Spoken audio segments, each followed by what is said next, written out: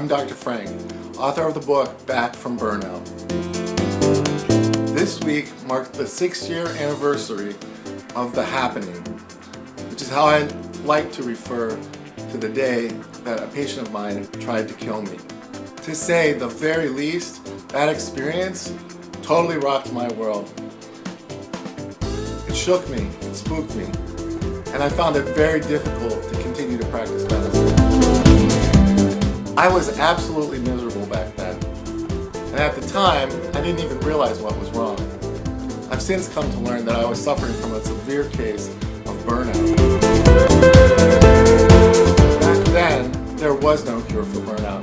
So, as the saying goes, physician, heal thyself, I had to create one. I had no idea on that day that I lie on the emergency room floor underneath this larger-than-life man in a psychotic rage trying to choke me, that anything good could come of this. Why? Like my mom always used to say to me, honey, good always comes from bad.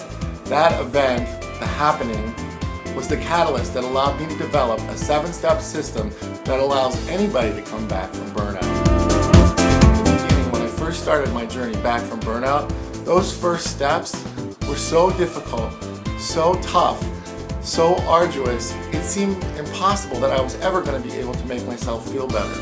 But over time, after taking those steps over and over again and repeating them and learning from my mistakes, I did start to feel better. And once I felt better, I realized that this system could bring anybody back from burnout, and I just had to share it with the world.